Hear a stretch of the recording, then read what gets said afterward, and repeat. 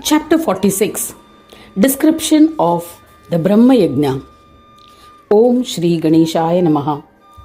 Yudhishthira said, O Krishna, O illustrious one, please narrate the foul deeds of that Daitya. I am also eager to know how Purnananda killed that Daitya. O Narayana, Jnanari could not be killed by any animate or inanimate creation. The legend of Purnananda appears to be incredible. Mudgalacharya said to Daksha, I shall recount the legend of Ganapa that Krishna told Yudhishthira. Shri Krishna said, there was a proclamation when Daitya Jnanari had a son. On the 11th day, all Brahmins visited his home. The king of Daityas named him Subodh. The king happily made magnanimous donations and gave the Brahmins whatever they asked for. Even as a child, Subodh was endowed with knowledge and was a devotee of Ganesha. Even as an infant, he meditated on Ganesha. He would be so immersed in meditation of Ganesha that he would not remember to eat or drink. So he would eat only when fed by his mother. He would meditate on Ganapa in his heart even while being breastfed in his mother's lap. O king, after the age of 1 year, he engaged in extraordinary games. Listen to it. He would draw a shape of Ganesha in dust. He would perform puja and offer worship to that form by using dust as an offering. He would perform puja in this manner thrice a day. He would meditate on Vignesha and sing his bhajans. Once Jnanari noticed that his son did not eat his meals and was engrossed in playing. So he went to see what the child was doing. He was shocked to see that his son had drawn an image of Ganesha on the floor and was worshipping using offering made of soil. He was enraged and said to his wife, Your brat is worshipping the killer of my father.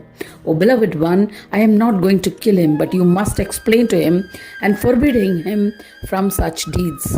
O dear one, if I catch my son worshipping my father's slayer again, I shall kill him. Jnanari's wife assured him that she would dissuade the child. Being a devoted wife, she strived to obey her husband's command and tried to discipline the child. She would not censure that child in her husband's absence. She would shower love and pamper her son. When Subodh was more than a year old, he had learned to talk. He would babble. He would ramble. O Heramba, Vignesha, Ganesha, my salutations to you. O Mahodara, Lambodara, Vikata, Dundi, I bow to you. He would remember Ganapa in these words. He would devoutly worship him. Yudhishthira, she would take care to protect the child by keeping him away from the father, by sending him to play with his friends when her husband returned. If her husband asked her to present their son to him, then she would lie that he was asleep. In this manner, she would avert an unpleasant situation. This made her incredibly sad. When he was 5 years old, Jnanari enthusiastically performed his son Subodha's Vratabandha ceremony. Subodh contemplated on Ganesha in his mind.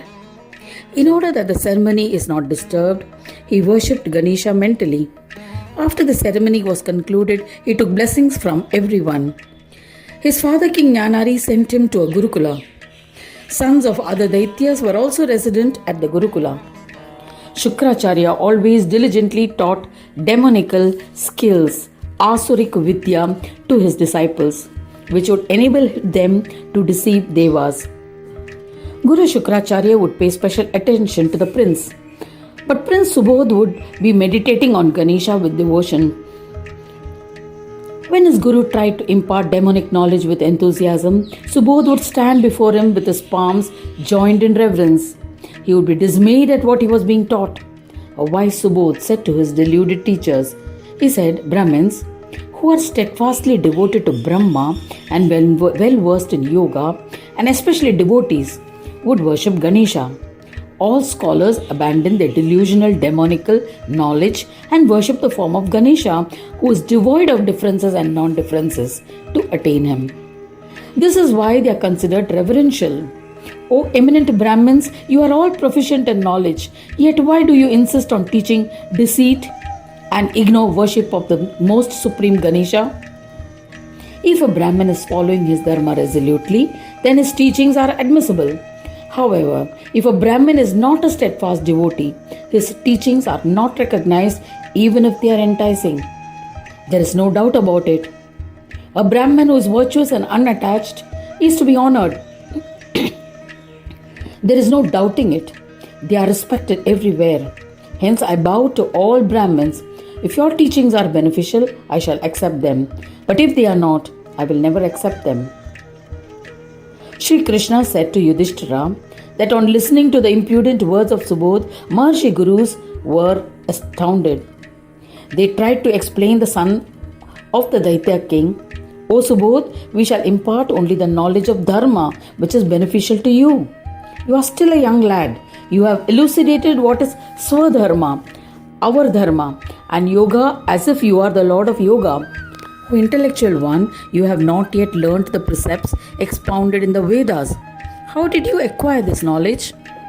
Subodha replied, when I was in my mother's womb, Shukracharya Muni, who was well versed in all scriptures, visited us. Seeing him, my father Prahlada performed his puja happily after offering namaskara. Thereafter he said, O son of Vyasa, the great teacher Shukracharya, you are Shiva himself. You are the guru of Yogendras. There is no doubt. I must have amassed immense merits in my earlier life to be blessed by your purifying darshan. Therefore, O compassionate one, I ask you to clarify my doubts. Please expound who is the most supreme singular essence who is revered by all, who can bestow yogic peace and can destroy the erroneous perceptions caused by various opinions. Subodh said that heeding to the humble request of Prahlad, the eminent Yogendra Shukacharya explained to Prahlada, who yearned for yogic peace. Shukacharya explained, O illustrious Prahlada, you are intelligent and possess the knowledge of yoga. Therefore, I shall reveal this incredible enigma. O king, I shall explain about the one acknowledged by all, despite conflicting opinions. He is the bestower of peace and must be worshipped by all. Once in the Naimisharanya forests, all great Maharshis from the entire universe had assembled for conducting a Brahma Yagna. O eminent Danava, the ones well versed in the Vedas have described a yagna wherein especially yoga is vehemently deliberated as Brahma Yagna. The eminent Maharshis present were Marichi, Kashyapa, Kanva, Pulaha, Kratu, Vishwamitra, the illustrious Yagnavalkya, Aruni, Ashtavakra, Vasishta, Bharadwaja, Parashara, Vyasa, Parashurama, Shvetaketu, Mudgala, Agastya, Hanuman, the Rakshasa Bhibhisana, Ashwathama, Gritsamada, the mighty Kripa, Markandeya, Murkanda, Bakadalbhya, Narada, Kapila, Raibhya, the illustrious Kardama, Eka, Dvita, Trita, Asita, Devala, Pulastya, Bhrugu, Chavana, Gautama, Angira, Utatya, Galava, Dadichi, Ushna, Jiva, Jamadagni, Vaishampayana, Shaunaka, Sunaka, Vamadeva, Sumantu, Paila, Sakalaka, Jaimini, Dhaumya, and their disciples. Besides them, several munis had also happily arrived to participate. Dattatreya, Durvasa, Nidhaga, Jadavarata, Sanatana, Sanat Kumara, Sananda, Aham, Ribhu, Sanaka, and others, Avaduta yogis had come to witness the yagna. The king of Devas, Indra, Brahma, Vishnu, Shankara, and Surya had attended with their wives. Other devas were also present. Vasuki, Kambala, Ashwatara, Takshaka, and other Nagas had also arrived. Gandharvas, Charana, Siddhas, Sadhyas, and other Ganas had also come there. The devas of Ganas, Aditya, Vasu, Yaksha, and Apsara also attended the yagna. Yogis, who were proficient in karmas, penance, and knowledge, were also present. The devotees of various devas had also assembled. O Prahlada, many dignitaries who were interested in observing the Brahma Yagna had come.